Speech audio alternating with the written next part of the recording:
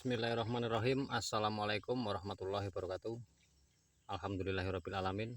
Jumpa lagi dengan saya, Kombatan Tani. Pada kesempatan hari ini saya kembali mau membongkar rahasia budidaya tanaman cabai ya, yang jarang sekali orang memberikan edukasi atau memberikan penjelasan tentang bagaimana sih sebenarnya budidaya cabai itu yang standarnya ya, standar budidaya dengan produksi yang standar minimalnya tercapai ya. Jadi pada saat ini teman-teman ya, ini saya mau membahas masalah kerontokan buah ya. Karena cenderung orang yang nanam cabai itu kebanyakan gini. Untuk cabang pertama 1, 2, 3 itu biasanya dari pembuahan awal, buah pertama itu cabang pertama 1, 2, 3 itu biasanya rontok teman-teman. Itu kebanyakan rontok buah untuk buah cabai pertama, kedua, dan cabang ketiga ya. Jadi itu penyebabnya dan solusinya akan saya bahas ya, akan saya bongkar hari ini supaya teman-teman semua, khususnya untuk petani pemula yang belum paham dan selalu mengalami kerontokan ketika cabai Anda mulai besar di cabang pertama, 2, dan 3 rontok ya. Tapi sebelumnya teman-teman ya, sekali lagi saya ucapkan terima kasih buat teman-teman yang sudah mendukung dan selalu mengikuti channel saya. Semoga ilmu yang saya bagikan, yang saya sampaikan bisa bermanfaat dan barokah untuk kita semua teman-teman ya. Ini cabai buah kedua teman-teman ya, cabai buah kedua, dan alhamdulillah hari ini udah mulai pada merah ya, udah 1, 2 mulai merah, dan alhamdulillah buahnya juga masih normal ya, alhamdulillah masih sesuai harapan ya, masih standar ya. Jadi kembali teman-teman ya, buat teman-teman yang baru bergabung atau baru melihat channel saya, semoga video yang saya sampaikan ini bisa bermanfaat dan barokah untuk Anda semua, untuk kita semua. Jadi kita sama-sama belajar, sama-sama berhasil menjadi petani yang bisa memberikan nafkah untuk keluarga kita ya. Jadi gini teman-teman ya, ini untuk cabai, ini kebanyakan orang ketika nanam cabai di buah-buah awal itu biasanya cabang pertama 1, 2, 3, 1, 2, 1, 2 ini biasanya rontok ya. Itu sebenarnya untuk mencegah itu, untuk antisipasi itu sebenarnya sangat sederhana teman-teman. Cuman memang dari sekian banyak petani ini saya belum pernah melihat, atau memang mereka tidak mau memberikan berbagai informasinya, saya nggak tahu. Tapi yang jelas setahu saya budidaya sistem saya ini memang belum pernah saya temukan ya. Jadi gini teman-teman ya, selalu saya sampaikan kepada teman-teman bahwa di video-video saya kemarin bahwa metode saya itu sangat sederhana ya. Metodenya sangat sederhana dan tidak ribet untuk memikirkan hal-hal yang membuat kita makin pusing. Jadi untuk salah satunya kerontokan ya, mencegah kerontokan awal itu sebenarnya kita juga mengantisipasinya dari awal teman-teman. Kita tahu bahwa kerontokan itu penyebab yang paling dominan itu hanya 3: kekurangan kalsium, kelebihan nitrogen, dan kekurangan air. Itu faktor paling dominan.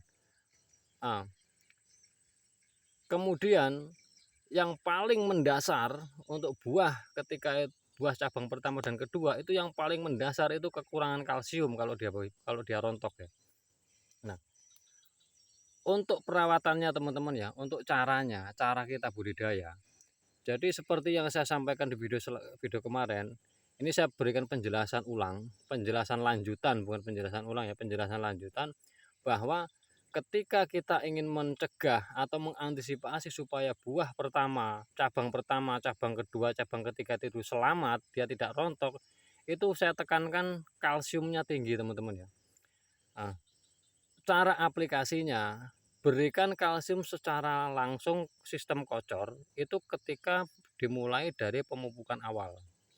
Pemupukan 1 minggu pertama, pemupukan kedua, pemupukan ketiga, pemupukan keempat itu selalu sertakan kalsium sistem kocor ya. Mix langsung antara pupuk NPK dengan kalsium, kita langsung mix, langsung kocorkan di dalam pangkal batang ya. Ada sebagian pendapat, ada sebagian teman-teman itu mengatakan bahwa kalsium dicampurkan dengan pupuk itu nggak bisa bekerja, artinya melemahkan salah satu. Nah, kembali lagi kita bahas bahwa memang benar ketika kalsium itu kita gabungkan dengan pupuk NPK, misalnya kita mix jadi satu, itu memang mampu melemahkan efektif dari pupuk NPK ya, karena sifatnya dia terikat oleh kalsium itu sendiri ya. Tapi kita harus punya strategi. Jadi strateginya gimana? Metode yang saya terapkan dan selama ini saya anggap berhasil. Perbandingan pupuk antara pupuk dengan kalsium itu jangan 1:1, jangan 1:2. Makanya saya selalu sertakan, saya selalu tekankan kepada teman-teman bahwa saran saya pemupukan pertama, metode saya pemupukan pertama dalam satu drum 200 liter air itu saya berikan 6 kilo. Kenapa saya berikan 6 kilo? Karena saya sertakan dengan kalsium. Satu drum 200 liter air itu saya sertakan kalsium 1 kilo, saya berikan pupuk 6 kilo. Artinya perbandingannya itu 1:6. Itu yang saya praktekkan selama ini dan alhamdulillah sampai hari ini juga masih saya anggap berhasil. Saya belum pernah, nyaris tidak pernah cabang buah pertama cabang pertama 2 dan 3 itu rontok, terkecuali cuaca dalam keadaan kekeringan. Jadi itu ya teman-teman ya, cara mencegahnya, mengantisipasinya supaya buah pada cabang pertama, 2 dan ketiga buah awal itu tidak rontok. Jadi gunakan kalsium dari awal, mulai pemupukan awal dengan konsentrasi perbandingan 1:6. Jadi terserah, misalnya sampai mau teman-teman tuh mau pakai drigen yaitu berapa, misalnya drigen 20 liter itu berarti kan harus pakai 6 kilo dibagi 20, 60 dibagi 10 ya. Cuman yang lebih mudahnya teman-teman ya, satu drum 200 liter air itu sampai campurkan dengan pupuk NPK 1616 itu 6 kilo, kalsiumnya 1 kilo. Itu untuk pemupukan pertama. Pemupukan kedua 7, pemupukan ketiga 8, kalsiumnya tetap 1 kilo. Pemupukan berikutnya 9, baru kalsiumnya 2 kilo. Ini kemarin saya pernah bahas ya, cuma saya nggak saya sampaikan apa manfaatnya. Sekarang itulah manfaatnya. Kenapa teman-teman kadang-kadang buah pada cabang pertama, cabang kedua, cabang ketiga itu berguguran, itu karena penyebabnya kekurangan kalsium dari awal.